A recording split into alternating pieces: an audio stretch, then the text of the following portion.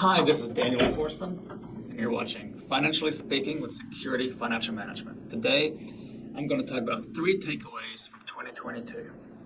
Last year was an exceptional year, and not in a good way. There was no shortage of worries during the year from COVID-19, the Ukraine war, and the most central story of all, inflation and interest rates. In today's video, we're going to identify the impact of inflation on markets and whether investors should expect more of the same or changes in 2023.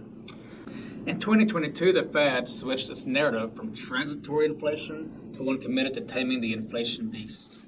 The Fed raised interest rates 7 times, from 0% to 4.25% to 4.5% in merely 10 months. This surge in interest rates hurt both stocks and bonds.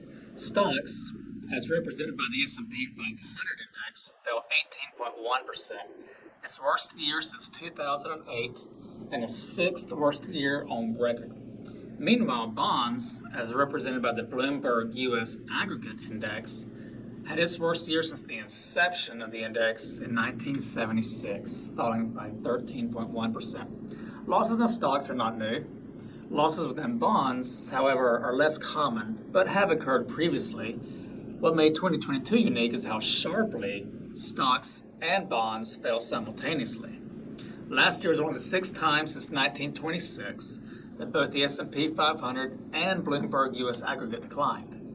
What's truly remarkable is that it was the only time in history where both stocks and bonds each fell by more than 10%, as seen in the chart. While it was a hellish year for stocks, not all stocks fared the same. Over the past decade, fast-growing technology companies dominated returns when compared to those of more boring companies. The trend reversed course sharply in 2022 as investors are more focused on companies that made goods and have shown resiliency through varied economic cycles. The NASDAQ index, often synonymous with technology stocks, fell 32.5%. While blue chip stocks listed on the Dow Index fell 6.9%, marking a difference of nearly 26%. It's not that technological innovation is no longer valuable, but many of these companies are prized for perfection, and higher interest rates called into question earnings potential for many of these companies that were still years away from profitability.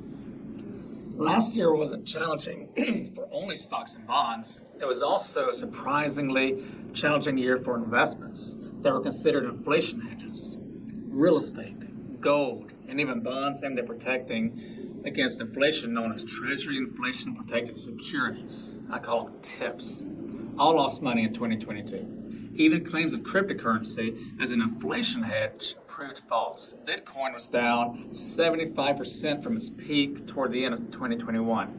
Except for commodities, there was no place for investors to hide. In 2022, the only thing that mattered to markets was inflation, and the Fed's focus on taming the inflation beast.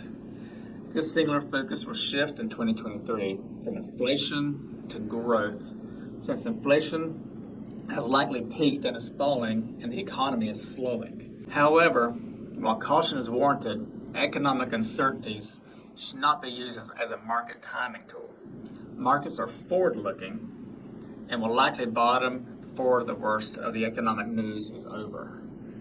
Bonds, on the other hand, higher starting yields should provide a better buffer from additional rate hikes. In fact, investors have reasonably attractive opportunities within bonds as they wade through continued uncertainty.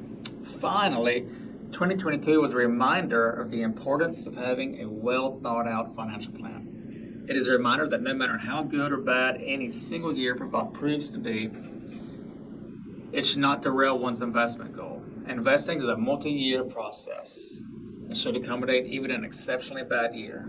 To that end, good riddance to 2022. Be glad it's behind us. Thank you very much. See you next time.